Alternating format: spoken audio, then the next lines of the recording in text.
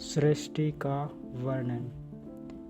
आदि में परमेश्वर ने आकाश और पृथ्वी की सृष्टि की। पृथ्वी बेडौल और सुनसान पड़ी थी और गहरे जल के ऊपर अंधियारा था, तथा परमेश्वर का आत्मा जल के ऊपर मंडराता था।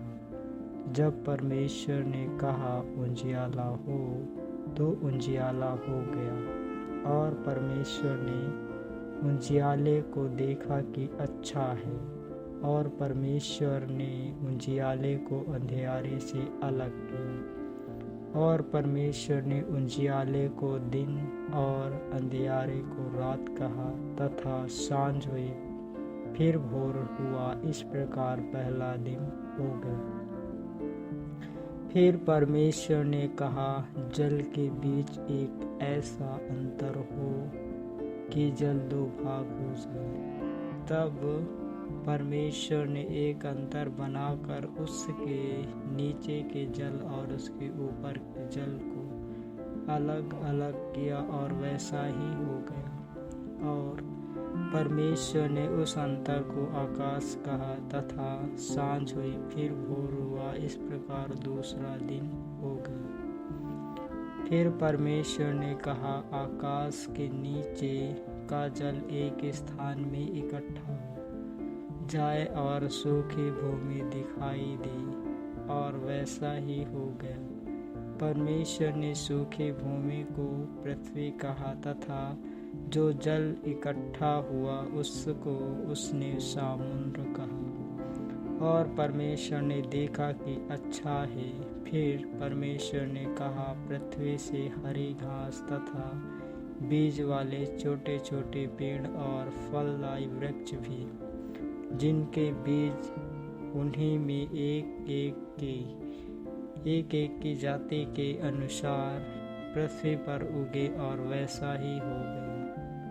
इस प्रकार पृथ्वी से हरी घास और छोटे छोटे पेड़, जिनमें अपनी अपनी जाति के अनुसार बीज होता है, और फलदायी वृक्ष जिनके बीज एक एक की जाति के अनुसार उन्हीं में होते हैं, उगे। और परमेश्वर ने देखा कि अच्छा है, तथा सांझ हुई फिर भोर हुआ। इस प्रकार तीसरा दिन हो गया। फिर परमेश्वर ने कहा दिन को रात से अलग करने के लिए आकाश के अंतर में ज्योतियां हो, और वे चिन्हों और नियत समयों और दिनों और वर्षों के कारण हो, और वे जातियों आकाश के अंतर में पृथ्वी और वे ज्योतियां आकाश के अंतर में पृथ्वी पर प्रकाश देने वाली भी ठहरे, और वैसा ही हो गया। तब परमेश्वर ने दो बड़ी ज्योतियां बनाई। उनमें से बड़ी ज्योति को दिन पर प्रभुता करने के लिए, और छोटी ज्योति को रात पर प्रभुता करने के लिए बनाया, और तारागण को भी बनाया। परमेश्वर ने उनको आकाश के अंतर में इसलिए रखा कि वे पृथ्वी पर प्रकाश दे, तथा दिन और रात पर प्रभुता करे, और उजियाले को अंधियारे से अलग करे। और परमेश्वर ने देखा कि अच्छा है, तथा सांझ हुई फिर भोर हुआ। इस प्रकार चौथा दिन हो गया।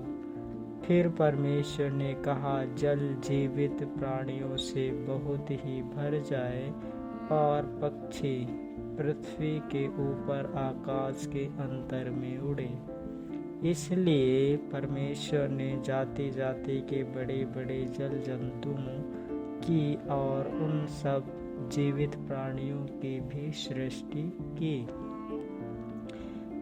जो चलते फिरते हैं, जिनसे जल बहुत ही भर गया, और एक एक जाति के उड़ने वाले पक्षियों की भी सृष्टि की। और परमेश्वर ने देखा कि अच्छा है, और परमेश्वर ने यह कह के उनको आशीष दी, फूलों फलों और समुद्र के जल में भर जाओ।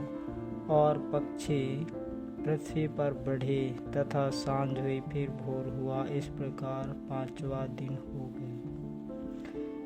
फिर परमेश्वर ने कहा, पृथ्वी से एक ऐसा जाति के जीवित प्राणी अर्थात घरेलू पशु और रेंगने वाले जंतु और पृथ्वी के वन पशु जाति जाति के अनुसार उत्पन्न हो, और वैसा ही हो गया।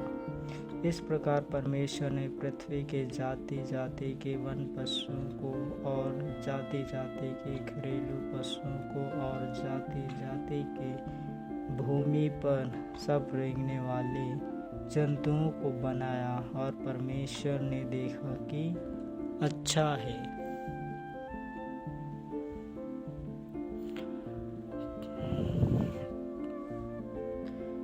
फिर परमेश्वर ने कहा, हम मनुष्य को अपने स्वरूप के अनुसार अपने सामान्यता में बनाए, और वे समुद्र की मछलियाँ और आकाश के पक्षियों और घरेलू पशुओं और सारे पृथ्वी पर और सब रेंगने वाले जंतुओं पर जो पृथ्वी पर रेंगते हैं अधिकार रखे। तब परमेश्वर ने मनुष्य को अपने स्वरूप के अनुसार उत्पन्न किया, अपने ही स्वरूप के अनुसार परमेश्वर ने उसको उत्पन्न किया, नर और नारी करके उसने मनुष्य की सृष्टि की। और परमेश्वर ने उनको आशीष दी और उनसे कहा, फूलों फलों और पृथ्वी में भर जाओ और उसको अपने वश में कर लो, और समुद्र की मछलियों और आकाश के पक्षियों और पृथ्वी पर रेंगने वाले सब जंतुओं पर अधिकार रखो।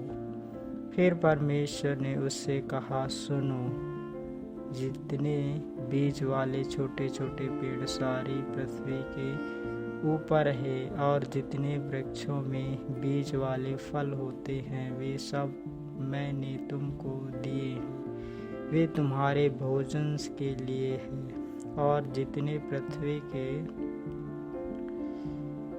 पशु और आकाश के पक्षी और पृथ्वी पर रेंगने वाले जंतु हैं, जिनमें जीवन का प्राण है, उन सब के खाने के लिए मैंने सब हरे हरे छोटे पेड़ दिए।